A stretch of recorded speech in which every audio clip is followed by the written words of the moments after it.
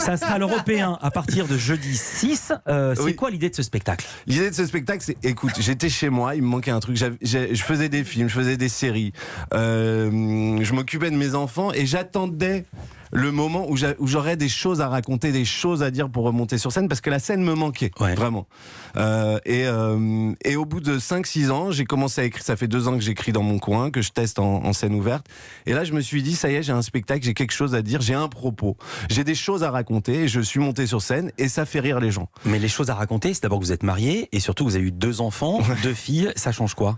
Ça change tout. Déjà, je me lève très très tôt le matin. Je pense que j'ai pas dormi depuis 2013. Ça change tout. C'est vrai. J'en peux plus. Je m'endors à 9h30 devant la télé, épuisé, ou souvent dans le lit de ma fille parce que j'essaie de l'endormir. Elle a quel âge, l'aînée? L'aînée a 7 ans. C'est quel genre? Vous dites c'est une Kaira? Ah, c'est la petite qui est une Kaira. Elle est méchante. Ah, vraiment. la petite, ouais, petite. Ouais. Elle est. Elle parle salement, alors que moi, je pense lui avoir donné une bonne éducation. Elle me dit genre, elle croit pas au Père Noël. Elle me dit genre, un gars il va descendre de sa cheminée et risquer de brûler son derge pour offrir des cadeaux à des gars qu'il connaît pas. Elle m'a dit c'est nain, frère. Je lui ai dit déjà c'est pas frère, c'est père, tu arrêtes. Enfin vraiment, c'est des Kaira, c'est des vrais Kaira. Elle m'a dit le Père Noël je le baise. Je lui ai dit tu baises personne dans cette maison, hein. Personne ne baise personne dans cette maison. Je suis bien placé pour en parler. Vous êtes toujours avec la maman? Oui, non, mais bien sûr. Super. Elle nous écoute. Salut. Des boutades, évidemment. Bien sûr, des boutades. Non, en vrai, racontez. Alors, ça m'a fait marrer parce que je me suis dit, j'aimerais bien avoir le vécu de Max Boublil. Comment ça se passe le matin devant l'école avec les parents d'élèves? Eh bah, écoute, c'est vrai que le matin, je vais prendre des cafés avec les parents d'élèves. Déjà, c'est marrant parce que les parents d'élèves, déjà, quand tu arrives à l'école, tu sais que selon le moyen de locomotion, tu vois à quelle classe sociale ils appartiennent. Ah bah oui. Bah, t'as les bobos qui arrivent en vélo, tu sais, qui tendent un Tupperware à leurs enfants parce que la cantine n'est pas bio.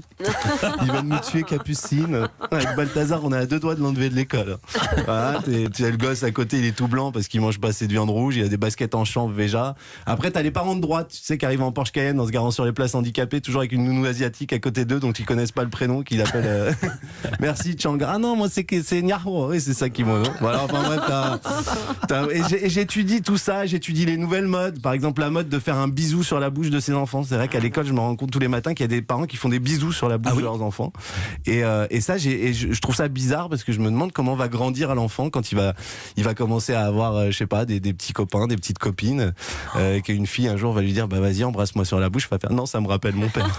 Tu vois, je me dis que ça, tu vois, c'est des nouvelles traînes comme ça. J'observe tout ça tous les matins et je me suis dit, bah faut le raconter dans un spectacle.